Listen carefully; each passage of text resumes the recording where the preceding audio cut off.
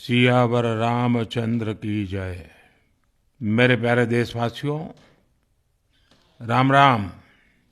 जीवन के कुछ क्षण ईश्वरीय आशीर्वाद की वजह से ही यथार्थ में बदलते हैं। आज हम सभी भारतीयों के लिए, दुनिया भर में फैले राम भक्तों के लिए ऐसा ही पवित्र अवसर है।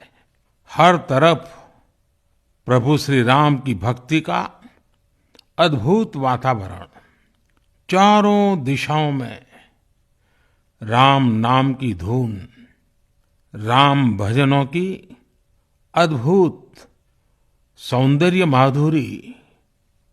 हर किसी को इंतजार है 22 जनवरी का, उस ऐतिहासिक पवित्र पल का। और अब अयोध्या में रामलला की प्राण प्रतिष्ठा में केवल 11 दिन ही बचे हैं। मेरा सौभाग्य है कि मुझे भी इस पुण्य अवसर का साक्षी बनने का अवसर मिल रहा है। ये मेरे लिए कल्पनातीत अनुभूतियों का समय है। मैं भावुक हूं, भाव विह्वल हूं।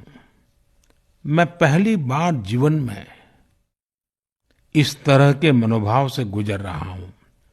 मैं एक अलग ही भाव भक्ति की अनुभूति कर रहा हूं। मेरे अंतर मन की ये भाव यात्रा मेरे लिए अभिव्यक्ति का नहीं, अनुभूति का अवसर है। चाहते हुए भी मैं इसकी गहनता, व्यापकता और तीव्रता को शब्दों में बांध नहीं पा रहा हूं। आप भी भली भांति मेरी स्थिति समझ सकते हैं। जिस स्वप्न को अनेकों पीढ़ियों ने वर्षों तक एक संकल्प की तरह अपने हृदय में जिया, मुझे उसकी सिद्धि के समय उपस्थित होने का सौभाग्य मिला है। प्रभु ने मुझे सभी भारतवासियों का प्रतिनिधित्व करने का निमित्त बनाया है। निमित्त मात्रम भव सव्यसाचिन। ये एक बहुत बड़ी जिम्मेदारी है। जैसा हमारे शास्त्रों में भी कहा गया है, हमें ईश्वर के यज्ञ के लिए, आराधना के लिए स्वयं में भी दैवीय चेतना जागृत करनी होती है। इसके लिए शास्त्रों में व्रत और कठोर नियम बताए गए हैं, जिन्हें प्राण प्रतिष्ठा से पहले पालन करना होता है। इसलिए आध्यात्मिक यात्रा की कुछ तपस्वी आत्माओं और महापुरुषों से मुझे जो मार्गदर्शन मिला, उन्होंने जो यम नियम सुझाए हैं, उसके अनुसार मैं आज से 11 दिन का विशेष अनुष्ठान आरंभ कर रहा हूं।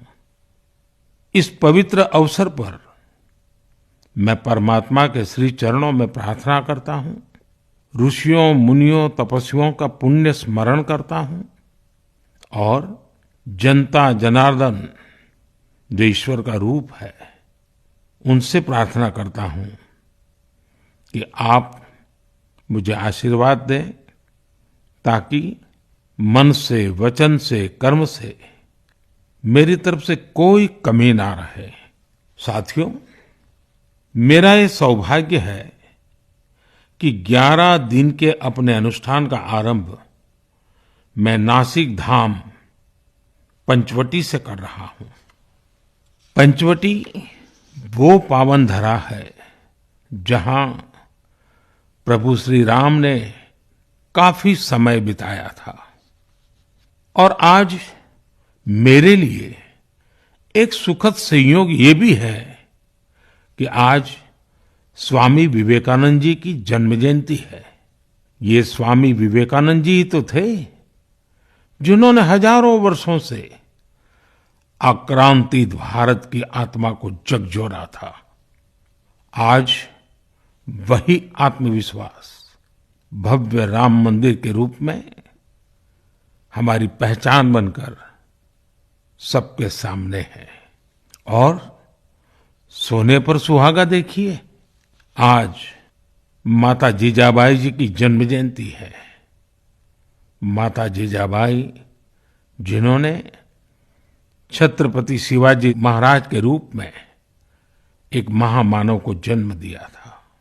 आज हम अपने भारत को जिस अक्षुण्ण रूप में देख रहे हैं, इसमें माता जीजाबाई जी का बहुत बड़ा योगदान है। और साथियों, जब मैं माता जीजाबाई का पुण्य स्मरण कर रहा हूं तो सहज रूप से मुझे अपनी माँ की याद आना बहुत स्वाभाविक है। मेरी माँ जीवन के अंत तक माला जपते हुए सीताराम का ही नाम भजा करती थी। साथियों, प्राण प्रतिष्ठा की मंगल घड़ी, चराचर सृष्टि का वो चैतन्य पल, आध्यात्मिक अनुभूति का वो अवसर, गर्भगृह में उस पल क्या कुछ नहीं होगा। साथियों, शरीर के रूप में तो मैं उस पवित्र पल का साक्षी बनूंगा ही, लेकिन मेरे मन में, मेरे हृदय के हर स्पंदन में 140 करोड़ भारतीय मेरे साथ होंगे। आप मेरे साथ होंगे, हर राम भक्त मेरे साथ होगा और वो चैतन्य पल हम सबकी साझी अनुभूति होगी। मैं अपने साथ राम मंदिर के लिए अपने जीवन को समर्पित करने वाले अनगिनत व्यक्तित्वों की प्रेरणा लेकर जाऊंगा।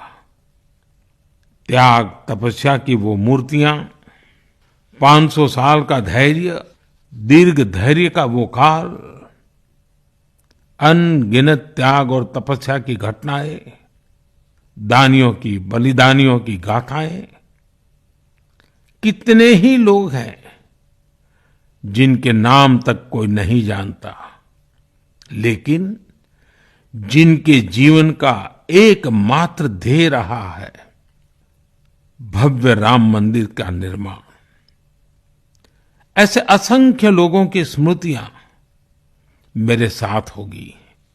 जब 140 करोड़ देशवासी उस पल में मन से मेरे साथ जुड़ जाएंगे और जब मैं आपकी ऊर्जा को साथ लेकर गर्भगृह में प्रवेश करूंगा तो मुझे भी एहसास होगा कि मैं अकेला नहीं, आप सब भी मेरे साथ हैं।